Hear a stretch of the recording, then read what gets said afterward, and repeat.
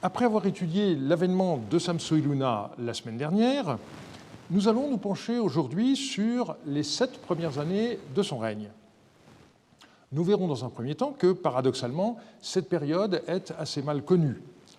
Bien sûr, les archives, que ce soit celles des grandes familles ou des grands organismes, contiennent d'assez nombreux textes, mais il faut avouer que ceux-ci n'offrent guère d'informations utiles pour reconstituer le règne de manière précise. Cette période semble avoir été marquée par une crise économique que le roi a essayé de régler en proclamant un deuxième édit de Misharum, ce que nous verrons dans un deuxième temps. Pourquoi les premières années du règne de Samsu-Iluna sont-elles mal connues ?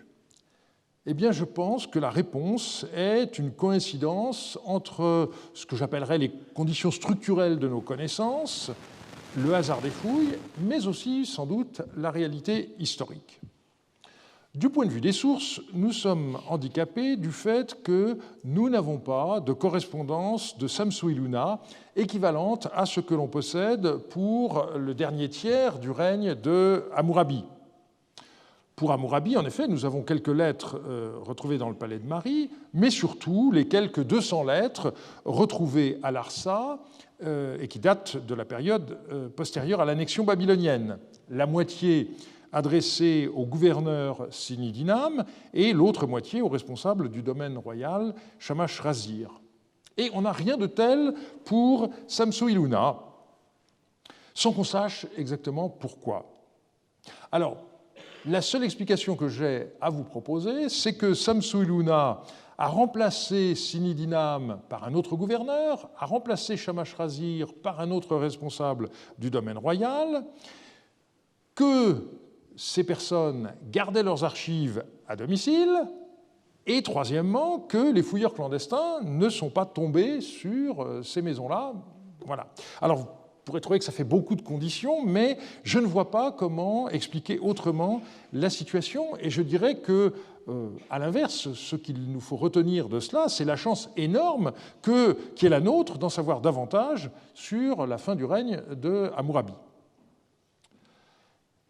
Le dernier aspect, c'est en ce qui concerne la réalité historique, eh bien, on peut se demander si on doit retenir le proverbe « les gens heureux n'ont pas d'histoire ». Il est de fait que les périodes de révolte intérieure ou de guerre extérieure sont toujours l'occasion pour l'historien d'en savoir davantage, et nous le verrons la semaine prochaine lorsque nous arriverons aux années 8 à 10 du règne de Samsu-Iluna. Alors, ces préliminaires étant faits, je voudrais donc successivement tenter de décrire la composition de l'entourage de Samsu-Iluna pendant cette période, et puis commenter les noms de ces 8 premières années de règne pour voir ce qu'on peut en tirer du point de vue de la représentation générale de cette période. L'entourage du roi comportait à la fois sa famille et les hauts dignitaires du royaume, ce qu'on appelle souvent dans les textes de l'époque ses grands serviteurs. Pour ce qui est de la famille, le dossier va être vite examiné, il est vide. Aucune idée de qui furent la mère, les épouses ou les enfants de Samsu-Iluna. Absolument aucune information, et ça n'est pas très étonnant, puisque pour avoir ce genre d'informations, il faudrait que nous possédions les archives du palais de Babylone, et j'ai déjà expliqué lors du premier cours que nous n'avons rien de ce genre. On a quand même un texte qui nous donne une idée de l'entourage de Samsu-Iluna en ce qui concerne les grands dignitaires. Il s'agit d'un document par lequel le roi vendit un champ de 185 arpents à une religieuse Naditum de Sippar pour la somme non négligeable de 10 mines d'argent. Alors, la datation du texte n'est pas tout à fait assurée, mais c'est pratiquement sûr qu'il s'agit de l'an 8 de Samsu-Iluna. Et on sait que, de manière habituelle, dans un contrat de vente, les témoins se répartissaient entre proches du vendeur et proches de l'acheteur, de manière que, en cas de conflit, il y ait évidemment une représentation équilibrée. Et ce texte ne fait pas exception, ce qui, pour nous, a l'avantage considérable de nous livrer une liste très intéressante des plus hauts dignitaires du royaume.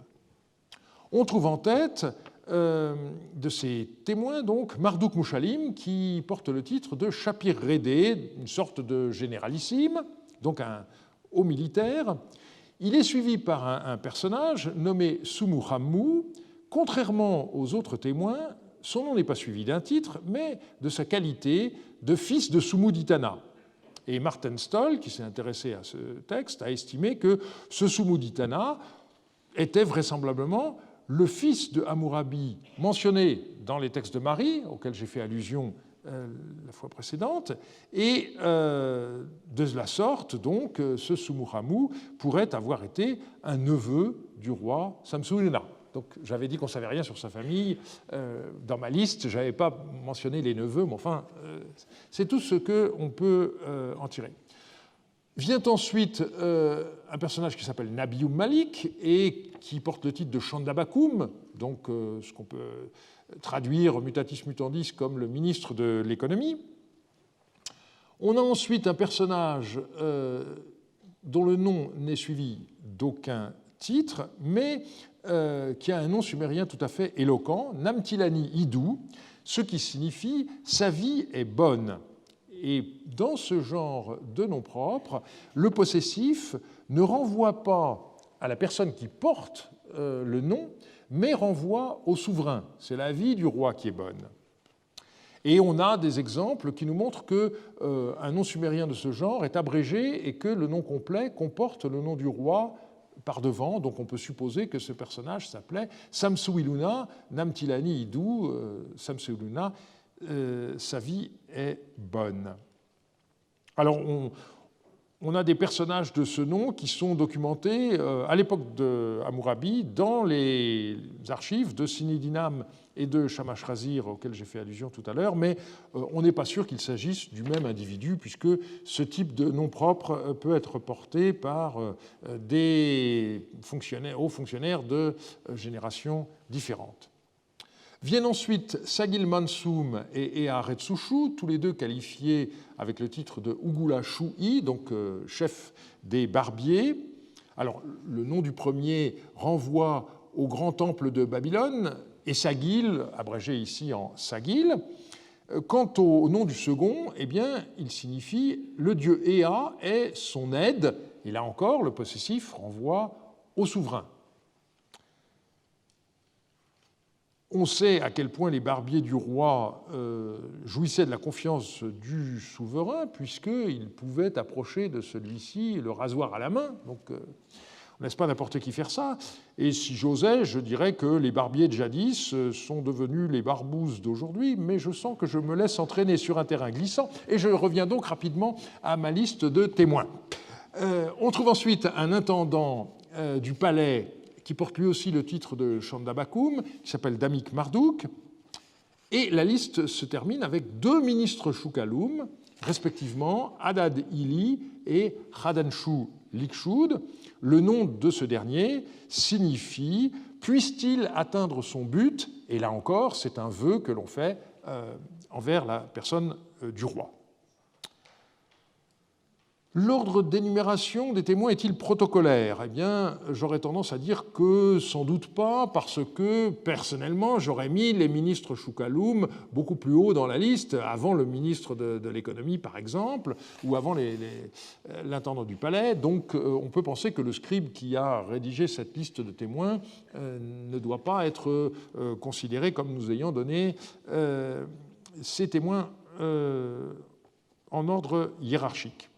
Et la deuxième moitié de la liste des témoins, que je ne vous ai pas lue, eh bien, elle correspond à des autorités locales de Sipar, et donc c'est la partie qui est en relation avec la religieuse Naditum qui achète le champ. Donc je ne commenterai pas cela, mais c'est cette deuxième partie qui a permis de situer le texte chronologiquement. Il se trouve qu'on possède un texte analogue où le roi vend une terre lui appartenant à l'époque du fils de Samsu-Iluna, Abieshur. Et ce texte, c'était 45-121, et on y voit deux personnages qui peuvent retenir notre attention. D'abord, on voit que le Chandabakoum Nabiou Malik a été remplacé au même poste par son fils Marduk Muchalim. Et ça, c'est bien intéressant, puisqu'on voit que dans certains cas, il y avait une transmission héréditaire des charges les plus hautes du royaume. Et par ailleurs, on voit dans CT 45-121 un témoin, Marduk Mouchalim, qui est Chandabakoum, donc ministre de l'économie, et il est fils de Essagil Mansoum, c'est-à-dire vraisemblablement du chef barbier du texte que nous venons de voir. Par conséquent, ici, ce n'est pas exactement transmission héréditaire de charge, mais enfin, on voit que les hauts dignitaires sont recrutés dans un milieu très restreint. Je ne sais pas s'ils avaient fait l'ENA, il semble que là, ce soit plutôt l'appartenance familiale qui, à l'époque, jouait un rôle important. Voilà donc ce qu'on peut dire sur l'entourage de Samsu-Iluna et sur l'onomastique porté par ces hauts dignitaires. Je passe maintenant à l'examen des noms d'années. En effet, à l'époque paléo-babylonienne, le système de datation avec les noms d'années qui commémorent les hauts faits du roi se révèle généralement une source très intéressante. D'abord parce qu'il est souvent possible de mettre ces noms d'années en rapport avec des inscriptions commémoratives qui développent la même thématique. Malheureusement, pour les 8 premières années de Samsu-Iluna, ça n'est pas le cas. Et puis, par ailleurs, parce que souvent, on a des événements politico-militaires qui sont commémorés, et là encore, ça n'est pas le cas pour le début du règne de Samsu-Iluna. La séquence va concerner tour à tour 3 thématiques. D'abord la justice, ensuite le creusement de canaux et, pour finir, des offrandes aux divinités dans leur temple. Premier thème, la justice. On l'a déjà abordé la semaine dernière. Donc le nom de l'an 1, je vous le rappelle, c'est année où Samsu-Iluna, le roi, sur l'ordre fiable de Marduk, a fait se manifester son principat sur les pays et où il a fait aller droit le peuple de Sumer et d'Akkad. Le verbe de la fin de l'expression, en sumérien si-sa-deux, qui est l'équivalent de l'akkadien esherum, d'où dérive misharum, eh bien, nous montre que cette expression désigne la promulgation de l'édit par le roi. Et l'image, ici sous-entendue, mais qui parfois est explicite, c'est celle du roi qui dirige son troupeau. Et là, on dit que le roi fait aller droit le peuple, c'est-à-dire qu'il évite que les bêtes n'aillent à droite et à gauche et ne finissent par se perdre. La réalité sociale correspondant à cette image, en fait, c'est la fuite des débiteurs insolvables. En remettant les dettes, le roi fait en sorte que les gens qui, éventuellement, avaient quitté leur ville pour éviter de tomber sous la griffe de leurs créanciers, eh bien, puissent retourner chez eux. Et nous avons des exemples, on en reparlera plus tard, très précis de ce genre. Et donc on voit que la Misharum, qui eut lieu à l'avènement de Samsu-Iluna et qu'on a commenté la semaine dernière, a été indirectement commentée par cette expression du nom de la première année. La deuxième année de Samsu-Iluna a une thématique équivalente, mais une formulation différente. Année où Samsu-Iluna, le roi, qui obéit au grand Dieu, a instauré l'Andurarum dans Sumer et Akkad, a provoqué la joie dans le pays et a fait paraître la justice Misharum. Alors vous me direz, en remettant les dettes, le roi ne fait pas que des heureux. Il est vrai que les créanciers qui ne sont pas remboursés peuvent faire grise mine, mais il est bien évident que vous faites beaucoup plus d'heureux en remettant les dettes que de malheureux, parce que la proportion entre créanciers et débiteurs est évidemment pas du tout la même. Et là, je m'abstiens de faire des commentaires sur la remise de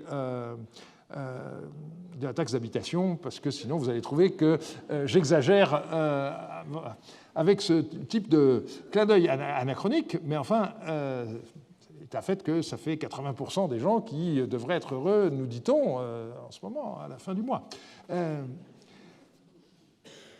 Ce thème de l'Andurarum, donc, c'est le retour au statut antérieur, ce que le sumérien exprime par le mot ama argi, littéralement le retour à la mère, la maman, hein, parce que le mot ama désigne la mère, mais désigne aussi, d'une manière plus générale, en sumérien, de façon figurée, le point de départ.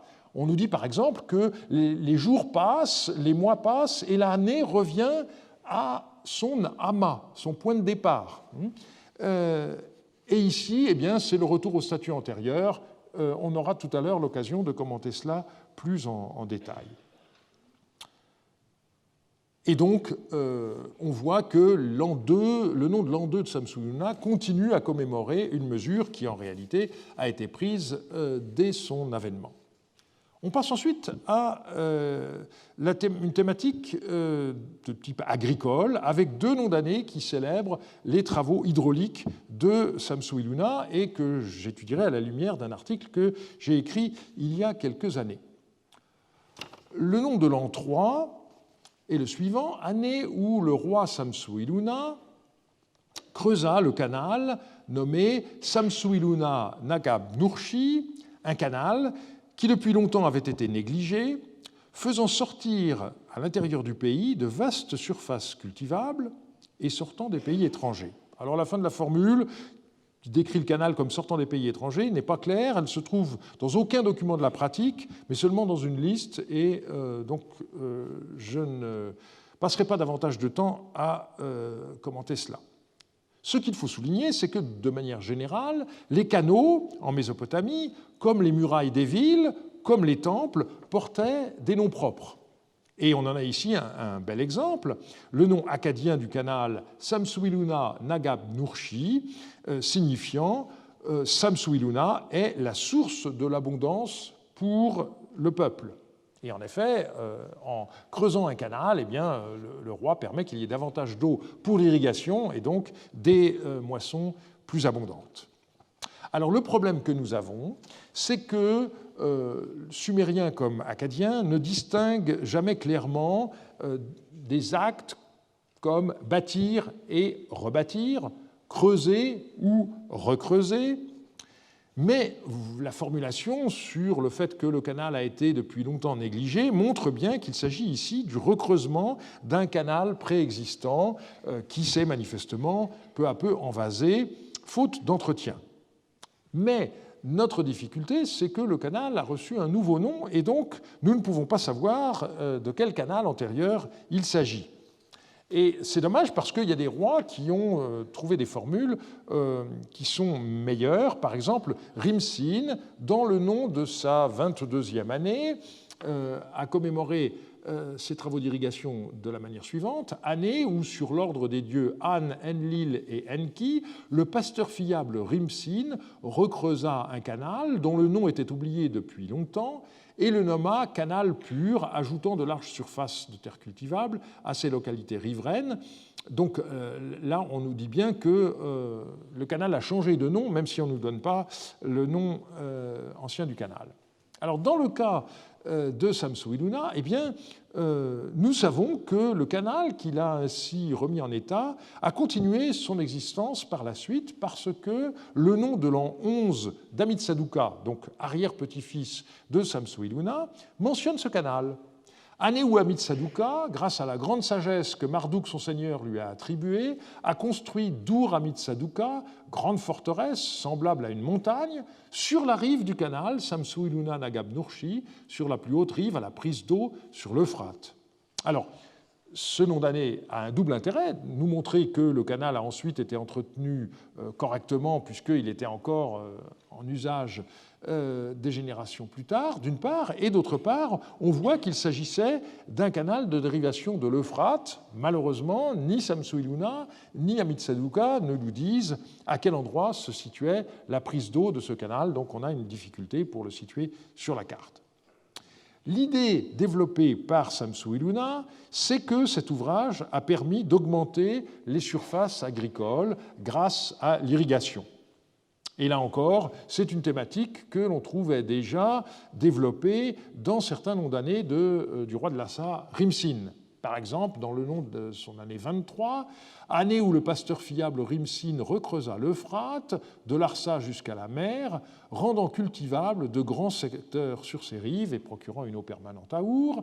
L'année d'après, année où le pasteur fiable Rimsin creusa un canal double, procurant de l'eau potable à une population nombreuse et transformant leur territoire en surface cultivable. Et encore, le nom de l'an 27, année où Rimsin creusa jusqu'à la mer en un cours d'eau permanent le canal Gunundi, donc c'est un nom propre qui signifie canal au grondement sonore, canal qui n'avait pas été dragué depuis longtemps, qui était couvert de roseaux et qui était dépourvu de champs permanents, et il rendit cultivables de larges secteurs sur ses rives. Alors si vous comparez ces trois descriptions très détaillées avec celles que nous avons dans le nom de l'an 3 de Samsu-Iluna, eh bien, on peut dire que les noms d'années de Rimsin sont nettement plus riches en détails. J'aurais personnellement une explication à proposer pour ce phénomène, c'est que peut-être bien qu'il n'y avait pas à ce moment-là, dans l'entourage de Samsu-Iluna, de scribes qui connut le sumérien aussi bien que c'était le cas dans l'entourage de Rimsin à Larsa quelques décennies plus tôt. Nous reviendrons sur ces questions culturelles dans 15 jours. Toujours dans la thématique du creusement des canaux, le nom de l'an 4, année où Samsu-Iluna, le roi, creusa le canal de la steppe, nommé Samsu-Iluna apporte la prospérité, donc Samsu-Iluna régale. Ce canal de la steppe, il était déjà connu dans le nom de l'an 6 de Rimsin, et on est donc sûr cette fois que l'opération concerne la partie méridionale du royaume, c'est-à-dire l'ancien royaume de Larsa.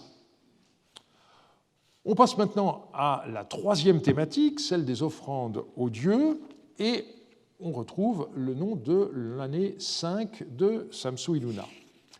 Année où Samsu-Iluna, le roi, fit faire un trône en offrande à Nana, sa divinité personnelle, et où il l'installa dans l'Ekishnugal, son temple pur. Alors je vais ici commenter à nouveau ce nom d'année que j'avais déjà commenté l'année dernière pour ceux d'entre vous qui étaient présents. Donc la première question qui se pose, c'est de savoir dans quelle ville a été faite cette offrande. On pense tout de suite à Our, puisque le temple de Nana s'appelait l'Ekishnugal, et c'est ce qu'avait supposé Marc van der Meerop dans son livre sur Our en 1992. Mais il existait un autre temple voué au dieu Nana, également nommé Ekishnugal, dans la capitale Babylone, et qui est notamment attesté par le nom de l'an 3 d'Hammurabi. Et donc Andrew George, dans son livre sur les temples, qui date de 1993, a opté, lui, pour une offrande dans l'Ekishnugal de Babylone, et jusqu'en 2017, eh bien, il était impossible de trancher. Par ailleurs, la question est de savoir si, lorsque Samsu-Iluna nous dit qu'il installe ce trône dans l'Ekishnugal, il n'a pas recours à une formule de style Caesar pontem fecit, donc est-ce que ça veut dire j'ai installé ou bien j'ai donné l'ordre d'installer? On pouvait se poser la question. Eh bien, depuis l'année dernière, vous savez que les choses sont désormais claires. Le roi de Babylone est venu en personne offrir le trône voué au dieu principal d'Ur. Et ce sont les archives découvertes dans la maison du général babylonien Abissum au printemps 2017 qui nous l'ont montré, puisqu'on a trouvé 2 comptes de poissons qui datent du début de l'année 5 et qui mentionnent des dépenses de poissons pour le repas du roi. Ça veut donc dire que Samsu-Iluna était là, et ça confirme donc que l'Ekishnugal, dont il est question dans le nom de l'an 5, c'est bien celui d'Ur. Alors pourquoi est-ce que Samsu-Iluna est venu en personne à Our? Eh bien, on peut penser que le but de ce voyage était de renforcer le lien de l'ancien royaume de Larsa, annexé par son père au royaume de Babylone. On ne connaît pas le détail de ce voyage, ni toutes ses étapes. Ce qu'on peut dire simplement, c'est que le nom d'année met l'accent sur la ville d'Ur et pas sur l'ancienne capitale Larsa. comme si Samsu-Iluna avait voulu donner plus d'importance à la métropole religieuse du Sud plutôt qu'à l'ancienne capitale de Rimsin. Et puis, Samsu-Iluna donc n'est pas venu les mains vides. Son voyage avait manifestement pour but d'offrir en personne un trône au dieu Lune. On n'en a pas de description et on peut simplement se représenter ce trône à l'image de ce qu'on trouve sur la stèle d'Urnammu, qui est antérieure de 3 siècles, mais on sait à quel point on a un grand conservatisme dans ces matières. Par ailleurs, la question des trônes offerts aux divinités pour l'époque paléo-babylonienne, d'après les textes, a été étudiée, d'après des textes de Marie, par Michael Guichard et par Ilya Arkhipov, dans 2 articles, l'un paru récemment et l'autre à paraître. Alors, je vous rappelle aussi que, puisqu'on sait que Samsu-Iluna est venu à Our en l'an 5, eh bien, on peut penser qu'il s'est également déplacé jusque dans la ville d'Eridu. On possède en effet un hymne à Samsu-Iluna qui est rythmé par la formule « Ô Samsu-Iluna, mon roi », dans lequel le dieu Enki, donc la divinité principale d'Eridu, et des divinités de son entourage occupent une place très importante. Et donc, j'avais proposé que ce texte ait pu être composé à l'occasion d'une visite du roi de Babylone au sanctuaire d'Eridu voué à Enki. Et bien désormais, on peut penser que cette visite ait pu avoir lieu au début de l'an 5 de Samsu-Iluna, puisque la distance entre Our et Eridu est très faible, et donc il était bien évident que pour le roi, de prolonger ses dévotions au dieu Lune par une visite au dieu des eaux souterraines et de la sagesse à Eridu était quelque chose qui ne posait guère de problème.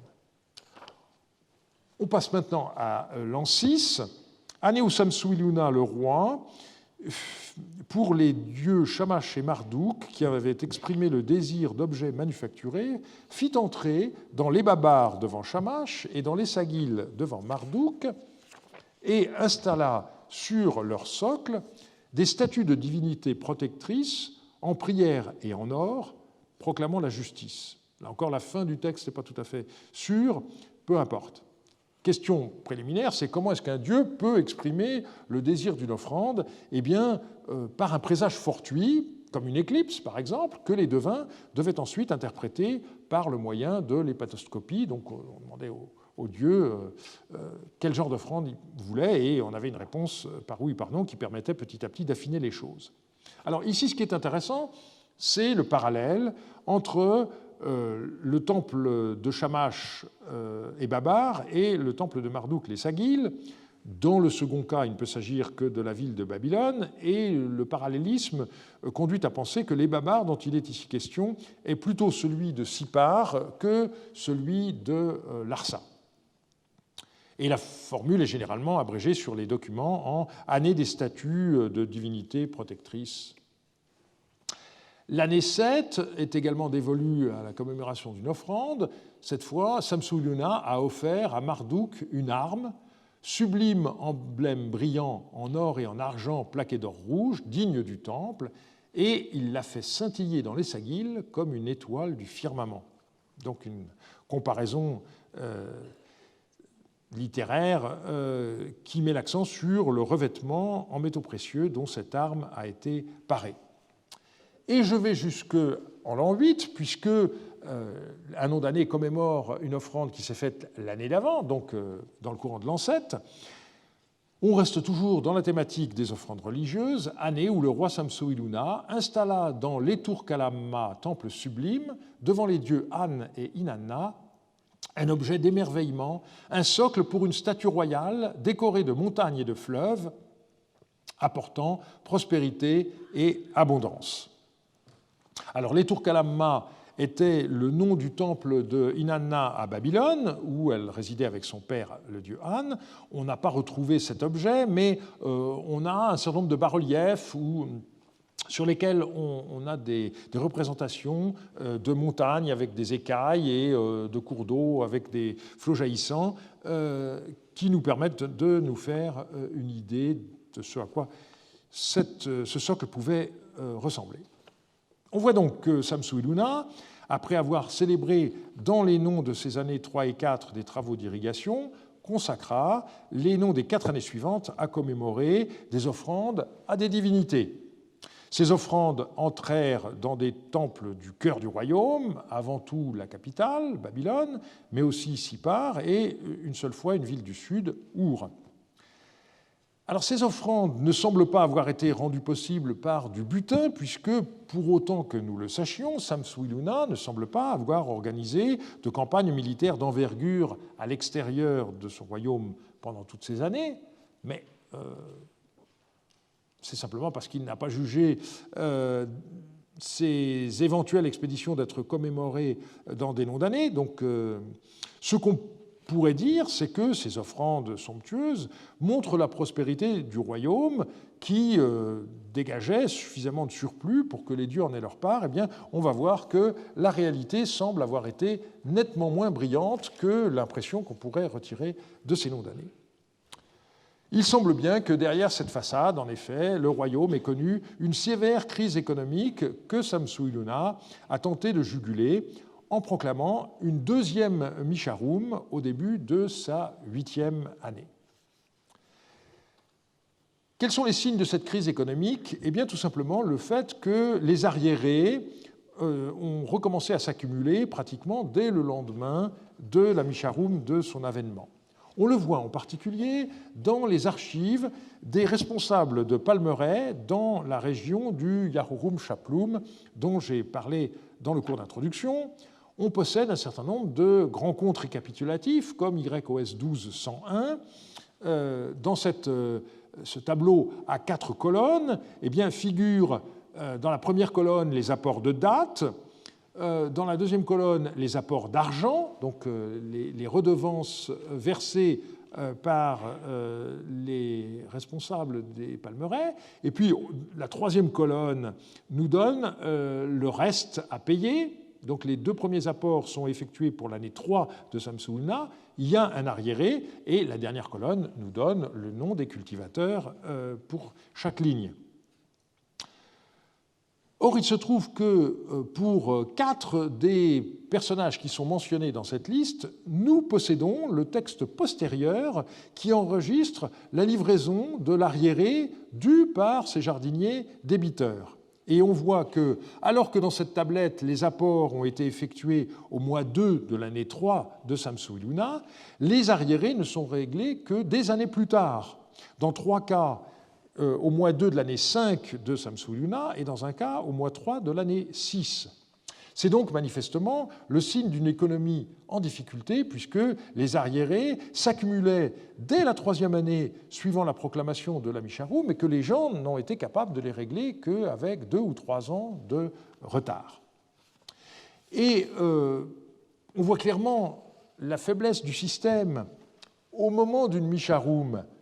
La remise des arriérés par le roi revenait à mettre les compteurs à zéro, mais ne changeait pas les règles du jeu. Et donc, les mêmes causes produisaient les mêmes effets.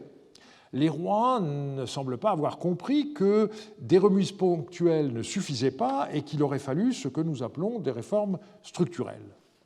Alors pourquoi est-ce que les jardiniers éprouvaient de telles difficultés à régler leurs dus ? Eh bien, on peut penser que les problèmes d'irrigation n'ont pas été réglés malgré les travaux hydrauliques auxquels Samsu-Iluna semble s'être livré.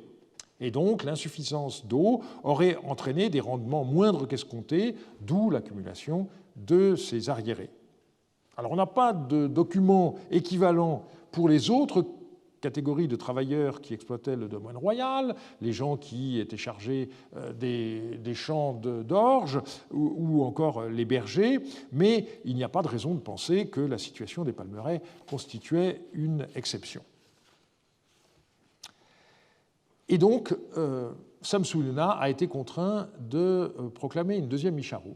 Celle-ci n'apparaît pas dans ses noms d'années, mais c'est par la suite qu'on voit des exemples de rois qui commémorent une autre Misharum que celle de leur avènement. Par exemple, Amiditana a commémoré dans le nom de l'an 1 la Misharum de son avènement, mais on retrouve dans le nom de l'année 21 la formule « année où le roi Amiditana, le grand seigneur redouté, bien-aimé du dieu Shamash, remit les dettes que son pays avait contractées », donc clairement une allusion à une Misharum.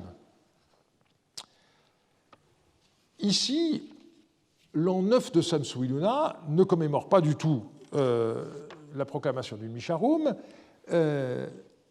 Elle est formulée ainsi: année où le roi Samsu-Iluna arracha les fondations de l'armée cassite. Et puis, dans la formule, on a deux termes sumériens qui calent, qui posent problème. On y reviendra quand on reparlera la semaine prochaine de cette invasion de Cassite. Donc, un nom d'année qui commémore une action militaire de Samsu-Iluna, mais pas la proclamation de sa deuxième Misharum. Alors comment est-ce qu'on en connaît l'existence? Eh bien, tout simplement parce qu'on a retrouvé deux fragments où était recopié l'édit qu'il prit à ce moment-là. Ce ne sont que des fragments, et c'est la comparaison avec l'édit d'Amit-Saduqa, beaucoup mieux conservé, qui a permis aux éditeurs de ces textes de comprendre à quel document ils avaient affaire.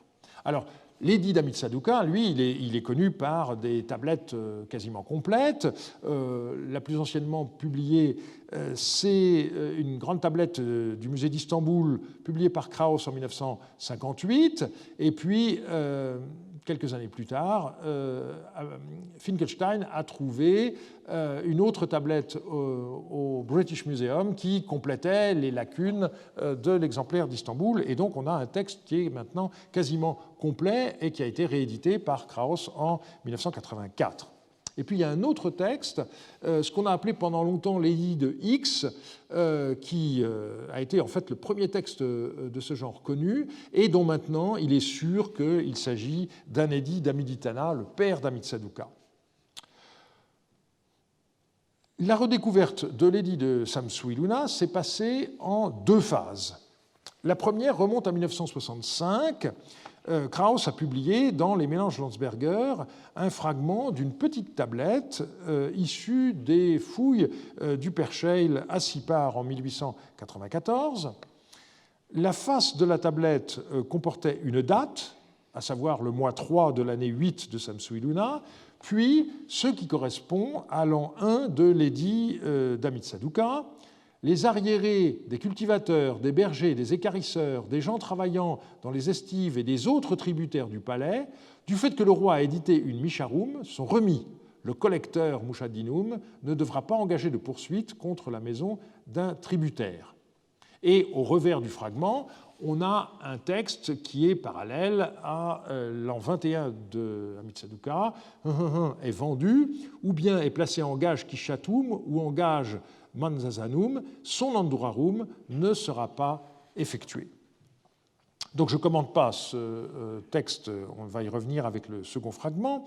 Ce qu'il faut rappeler, c'est que la problématique de Krauss s'était focalisée sur le fait qu'on avait une deuxième Misharum en l'an 8 de Samsu-Iluna, et donc la question était de savoir si on retrouvait un rythme équivalent à celui de la Shemitah biblique tous les 7 ans. Je ne développe pas aujourd'hui, on y reviendra dans quelques semaines lorsque on étudiera les autres Misharum de Samsu-Iluna. Le deuxième fragment, 30 ans après la publication de Krauss, a été édité par Hallow dans les mélanges Greenfield. C'est un texte qui est issu de la Nice Babylonian Collection à Yale. Un tout petit fragment dont seul le revers est partiellement conservé. On a 40 signes seulement qui sont conservés, mais l'attention de Hallow a été attirée par l'avant-dernière ligne où on pouvait facilement déchiffrer le mot Andurarum. Et donc tout de suite, ça l'a intéressé, et il a rapidement compris qu'on pouvait restaurer le texte grâce au paragraphe H de l'édit d'Amiditana, l'édit de X, comme il disait encore à l'époque, et au paragraphe 21 de l'édit d'Amit-Saduqa. Le texte donne ceci. donc j'ai mis entre crochets dans la traduction ce qui correspond au passage cassé, si un ou une esclave né à la maison, Willit Bitim, appartenant à un ressortissant des régions du Numria, d'Emut Balum, d'Idamaratz, ou des villes d'Uruk, Isin, Kisura ou Malgium, ou un ressortissant du pays, si donc un ou une esclave est vendu pour un prix complet, ou bien est placé en gage Kishatum ou en gage Manzazanum, son andorarum ne sera pas effectué. Autrement dit, cet esclave ne retournera pas chez son premier maître. Et ce paragraphe contraste avec le précédent qui indique que lorsque un ressortissant de ces mêmes villes et régions a dû se vendre lui-même comme esclave ou vendre quelqu'un de sa famille, eh bien, il retournera à son statut d'origine, c'est-à-dire que son andorarum sera effectué. Donc, si c'est la personne elle-même ou les membres de sa famille qui ont été vendus comme esclaves pour éteindre des dettes, ils retrouvent leur statut d'origine de liberté, mais s'ils ont dû vendre un esclave leur appartenant, alors l'esclave reste au nouvel acquéreur. Ce qui est ici important, c'est qu'on a ici clairement la fin du texte qui est marquée par une double ligne. Autrement dit, l'édit de Samsu-Iluna semble finir avec le paragraphe 21, donc le même que celui de son petit-fils Amiditana ou de son arrière-petit-fils Ametsaduka. Autrement dit, le texte des édits de Misharum était déjà fixé sous Samsu-Iluna. C'est une conclusion que l'on peut retirer de ce petit fragment. Contrairement au fragment d'Istanbul, le fragment de Yale n'a pas conservé la date, puisque la date devait se trouver au début de la phase, qui n'est pas conservée. Alors, pourquoi est-ce que Hallo a proposé de dater ce texte de l'an 8 de Samsu-Iluna ? Eh bien, parce que son numéro d'inventaire le situe à l'intérieur d'un lot qui provient de l'Agaba, et dans ce lot, eh bien, il y a des tablettes qui sont exclusivement situées entre les années 4 et 8 de Samsu-Iluna, donc ça permet indirectement de dater ce fragment. Que cet édit ait été appliqué est prouvé par les traces qu'il a laissées dans les archives de nombreux créanciers. Et le même phénomène que nous avons déjà constaté pour la Misharum de l'avènement de Samsu-Iluna se retrouve encore plus fortement perceptible. De nombreux lots d'archives comportent des créances qui datent des mois précédant la proclamation de la Misharum, créances donc qui ont de ce fait été annulées par le roi. J'avais réuni de nombreux cas dans mon étude de 2000, j'ai donné des compléments en 2005, Guido Surmayer l'année d'après, et voici donc quelques tableaux qui vont vous montrer l'importance du phénomène. Dans les archives d'un personnage qui s'appelle Awilia, eh bien, on voit qu'on a un grand nombre de créances qui datent de l'année 7 ou du début de l'année 8 de Samsu-Iluna. Ce qui est très frappant, c'est le faible montant des emprunts à chaque fois. Le premier, par exemple, 30 quarts de sésame, ça fait à peu près 30 litres, c'est-à-dire de quoi tirer 3 litres d'huile. Donc on voit quelqu'un qui est contraint de faire ce type d'emprunt, et qu'on emprunte du sésame au mois 3, ça s'explique puisque la récolte du sésame se fait à l'automne et non pas au printemps, donc le personnage en question était déjà à court d'huile. Mais ce qui est inquiétant, c'est qu'il n'avait manifestement pas de quoi l'acheter alors qu'on est juste après la récolte du grain. Donc voilà quelqu'un qui est vraiment pris à la gorge. Et si vous regardez, encore un autre exemple, 44 sésames, c'est 44 litres, c'est pas beaucoup plus. Encore à nouveau 30 cas, ça fait très peu. Deuxième remarque, eh bien, on a plusieurs contrats, les plus récents, qui comportent une clause que j'ai résumée sous la forme clause ESUB. Ça veut dire, nonobstant sa tablette antérieure. De quoi s'agit-il ? Il s'agit de personnes qui ont déjà emprunté précédemment au même créancier et qui n'ont pas encore remboursé la première dette. Donc on voit bien un phénomène de surendettement. Les gens ont déjà emprunté une première fois, n'ont pas pu rembourser et sont obligés d'emprunter à nouveau. Alors, voilà pour Awilia, mais on a des dossiers un peu moins fournis, mais presque autant, pour d'autres personnages, comme ce Nabissin, par exemple, Sinim Gorani, Sinuselli, Sin Tillassou. Donc, tout ceci, ce sont la totalité des créances que nous avons pour ces personnages. Il n'y en a pas d'autres avant, il n'y en a pas d'autres après, et donc on a bien l'impression que ça correspond en effet à des créances qu'ils n'ont pas pu récupérer à cause de cette remise des dettes décidée par le roi au mois 3 de l'année 8.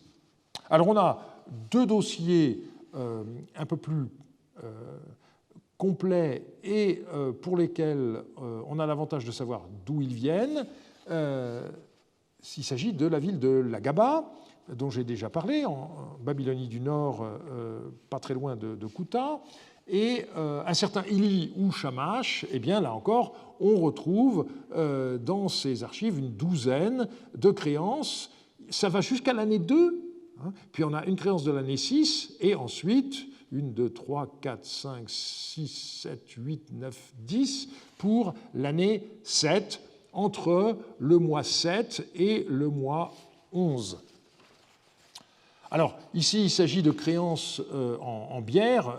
Donc, la bière était fabriquée avec de l'orge. Donc, au lieu d'emprunter la matière première, on emprunte directement le produit fini. Et je vous ai déjà dit à quel point la bière devait être considérée comme une denrée de première nécessité dans l'alimentation de cette époque. Donc, ce n'est pas du luxe comme on pourrait dire, au lieu de boire de la bière, il pourrait boire de l'eau. Non, hein, il s'agit vraiment de quelque chose qui contribue à la bonne alimentation et en même temps contribue également par sa valeur énergétique au bon état des personnes en question. On a un deuxième dossier, toujours de la Gaba, qui est celui des archives de Marduk Mouballit. Là, on voit qu'on remonte à l'année 5 avec 2 créances, l'année 6 avec 1, et puis ensuite, on a également des créances de l'année 7 et du début de l'année 8. Et on a encore quelques créances isolées par-ci, par-là. Alors, comment interpréter une telle accumulation de créances dans un nombre d'archives aussi important? Est-ce dû au facteur catastrophe? Est-ce le produit d'un tri dans les archives effectué par leurs propriétaires? Alors, on va voir que certains collègues ont donné ce type d'interprétation, mais que, personnellement, je pense qu'il faut les écarter et voir dans ce phénomène la preuve que la Misharum a été réellement appliquée. En 2005, j'avais versé un nouveau cas au dossier dans ma recension d'un livre où ont été publiées les archives de la maison 11 du secteur U106 dans la ville de Sipar Yarurum. Dans cette maison, on a retrouvé une jarre et à l'intérieur de la jarre, on a retrouvé les archives d'une famille et en particulier les créances d'une femme qui s'appelle Rumtiadad et de son frère Taribiya. On voit que ces créances datent essentiellement des années 6 et 7. Il y en a une qui remonte à l'an 4 et il y en a une qui date du début de l'année 8, mais le mois n'est pas conservé. Alors, ce qui est très intéressant dans le cas présent, c'est que contrairement à tout ce que je vous ai énuméré précédemment, ça ne provient pas de fouilles clandestines, mais ça a été retrouvé lors de fouilles régulières. Donc on a le contexte, une maison privée et, de façon précise, une jarre. Donc c'était bien des tablettes qui étaient conservées. Ce ne sont pas des choses qui ont été mises au rebut dans une fosse à l'extérieur de la maison, par exemple. Alors, Franz van Koppen, dans son commentaire de ce lot d'archives, a remarqué qu'à Sipar Yarurum, mais aussi à Dilbat, on avait plusieurs lots d'archives qui se terminaient en l'an 8 de Samsuiluna, et il a mis cela en rapport avec les événements militaires de l'époque, on en reparlera la semaine prochaine, et il a noté que la maison où ont été retrouvées ces créances de Rumtiadad et de son frère comportait de fortes traces d'incendie. Alors, la question, c'est, dans ce cas, de savoir est-ce qu'on a affaire à un incendie qui a touché tout le quartier. À ce moment-là, son explication de nature militaire pourrait être meilleure, mais il ne faut jamais oublier ce qu'on a tendance à faire, que dans l'Antiquité, il y avait aussi des incendies accidentels. Et donc, des traces de feu, ça ne signifie pas automatiquement une attaque ennemie. Par ailleurs, si je reviens aux grandes listes que je vous ai données précédemment, pour Awilia ou pour Nabissine, eh bien, quoique ces archives soient issues de fouilles clandestines, on peut éliminer dans leur cas l'explication par un facteur catastrophe parce que les archives du Yarurum Chaplum, elles continuent jusqu'à la fin du règne de Samsu-Iluna, et je vous ai dit qu'on sait maintenant qu'elles proviennent de la ville de Pikasi. Par conséquent, dans leur cas, l'explication par une attaque ennemie ne vaut pas. Deuxième explication a été proposée par Oded Tammuz à propos de la répartition des textes des archives de Marduk Moubalit à l'Agaba. Il écrit ceci: « Les archives de Marduk Moubalit comportent de nombreux textes datés qui forment une base suffisante pour discuter les circonstances et le moment de son dépôt. Le terminus antequem pour le moment du dépôt, c'est l'an 8 de Samsu-Iluna, parce que les archives comportent des textes datés de cette année. La plupart des textes sont de l'an 7 de Samsu-Iluna. Le fait qu'il y ait peu de textes de Samsu-Iluna 8 montre que ce segment de l'archive n'est pas le produit d'une catastrophe, mais un segment mort qui a été mis au rebut par Marduk Moubalit dans le cadre de sa pratique bureaucratique régulière. » Donc le raisonnement est le suivant. Dans l'explication par une catastrophe, c'est en général la dernière année qui a le plus grand nombre de textes. Ici, ce n'est pas le cas. Alors, on peut ajouter que la règle n'est pas aussi absolue que Oded Tammuz le croit, mais son interprétation, c'est qu'on a simplement affaire à un tri régulier des archives. Alors, c'est vrai que les archives de Marduk Moubalit ne contiennent pas que des créances, mais il faut dire que la date qui aurait été choisie par Marduk Moubalit pour faire le ménage me paraît difficilement liée à ce que Tammuz appelle ses habitudes bureaucratiques régulières, puisque justement le début de l'an 8 de Samsu-Iluna est marqué par la proclamation d'une Misharum. Et donc, il me semble qu'il vaut bien mieux considérer qu'on a affaire à des créances annulées qui, malgré tout, ont été conservées par le personnage en question. Et cette conclusion me paraît confirmée par une lettre qui appartient aussi aux archives de Marduk Moubalit et qui apporte un éclairage extrêmement intéressant sur le phénomène que nous sommes en train d'étudier. Dit à Marduk Moubalit, ainsi parle Sagil Mansoum, que Shamash et Marduk te fassent vivre. Ouvrez en présence d'Apila le coffre des tablettes scellées qui est sous ma responsabilité. La tablette scellée portant sur une mine et un cycle et demi d'argent et d'or de l'année statue en prière, c'est-à-dire l'année en 6 de Samsu-Iluna, de l'année arme emblème, donc l'année 7, et de l'année socle royal, c'est-à-dire l'an 8, soit de 3 années, reçue par un tel et un tel. Donc, ça veut dire une tablette de reçu, quel que soit le débiteur.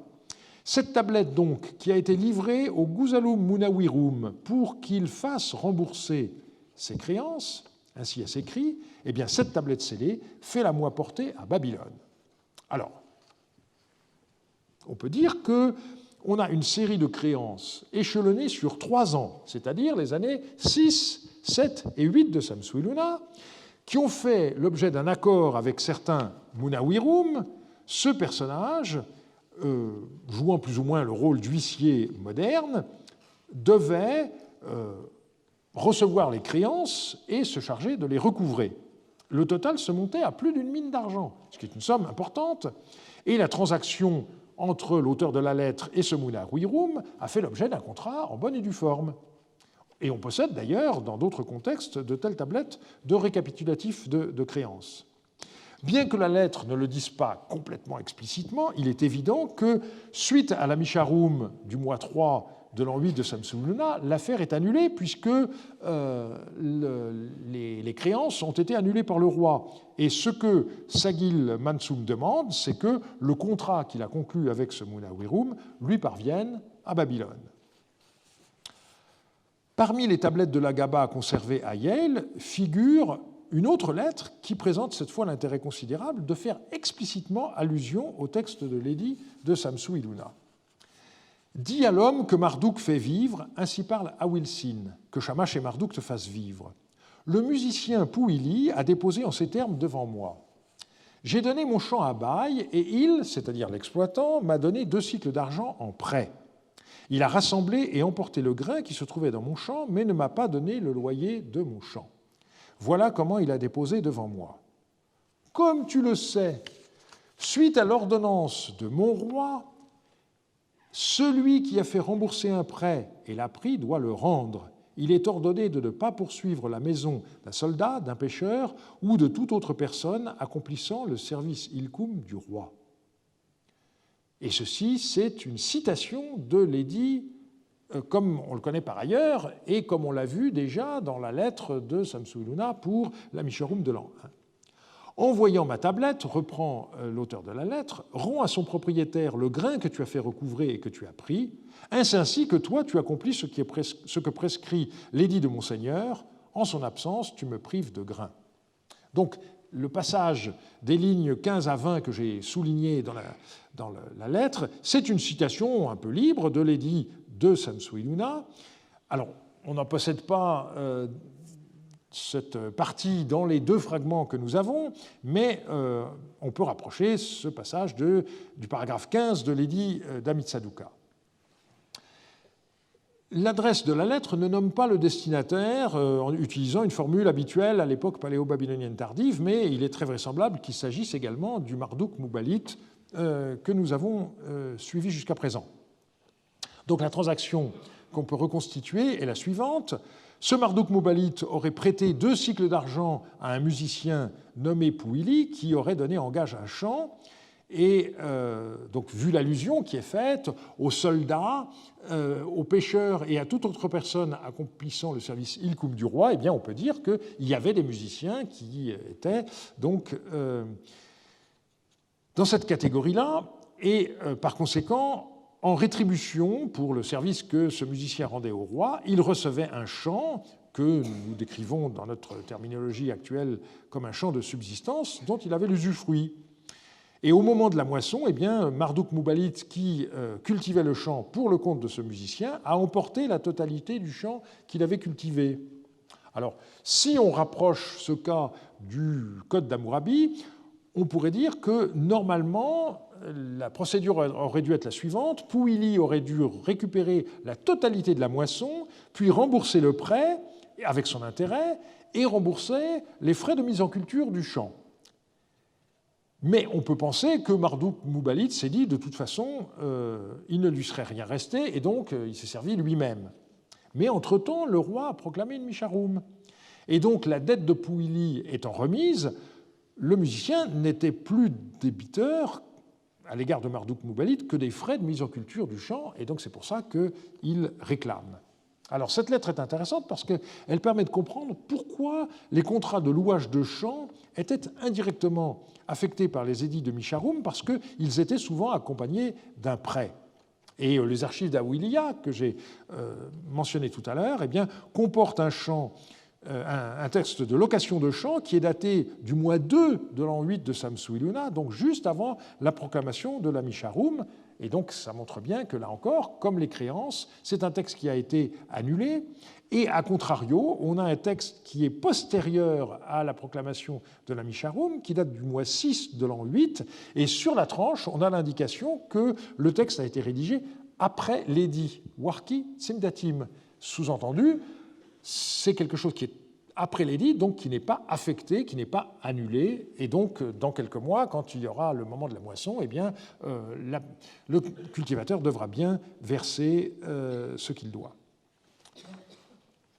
On voit donc que Samsu-Iluna, constatant les effets de la crise économique, tenta d'en atténuer les effets sur la population de son royaume en proclamant une Misharum à peine 8 ans après la première, mais cette mesure ne produisit pas les effets escomptés car la Babylonie a été aussitôt après en butte à la fois à des révoltes intérieures et à une invasion extérieure. C'est ce que nous verrons la semaine prochaine. Merci pour votre attention.